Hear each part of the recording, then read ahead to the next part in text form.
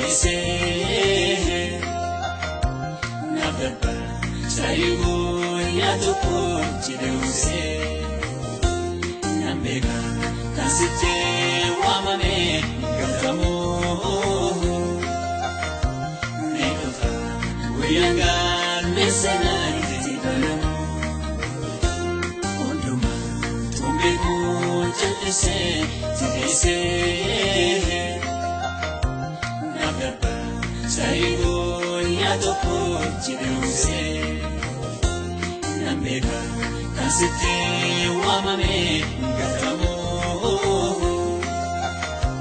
nekofa uyanga mesena titibalamu nambega kasite wamame gatamu nekofa uyanga mesena titibalamu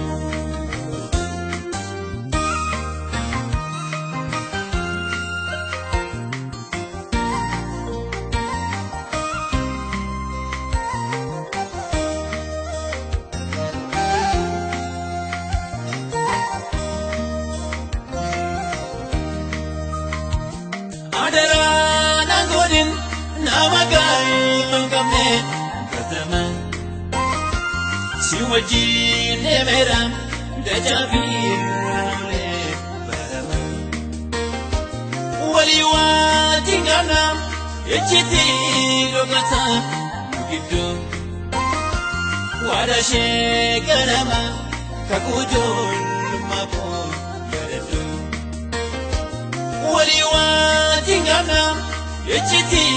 logata gido wada shekarama kakujol mapo garadu ondoma tumbeku chalise tijise nababa sayigo yatuko chiduse nambega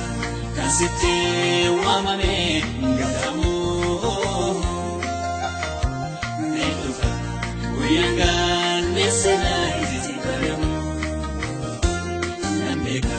kasite wamame gatamu nekofa uyanga mesena titibalamu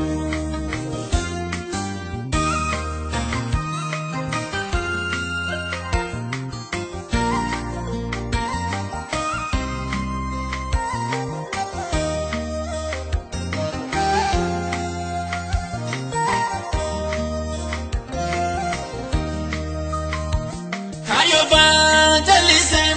malegu amiti nambega almachu walale mundasi benise nambega adimo lugadam tupike tinia manamta kakate nanatu natinta tupeka kanama adimo lugadam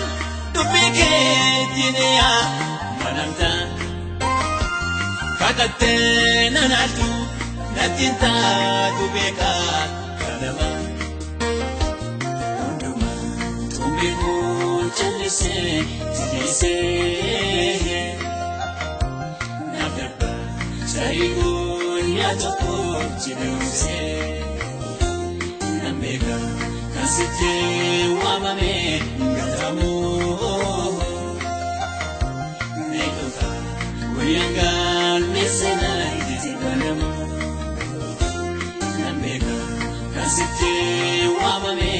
gatamu nekofa uyanga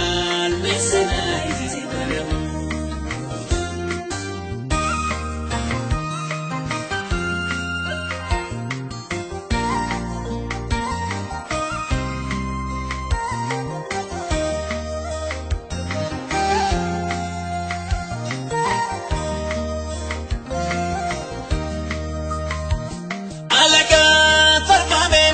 Dinaka balamea nafsame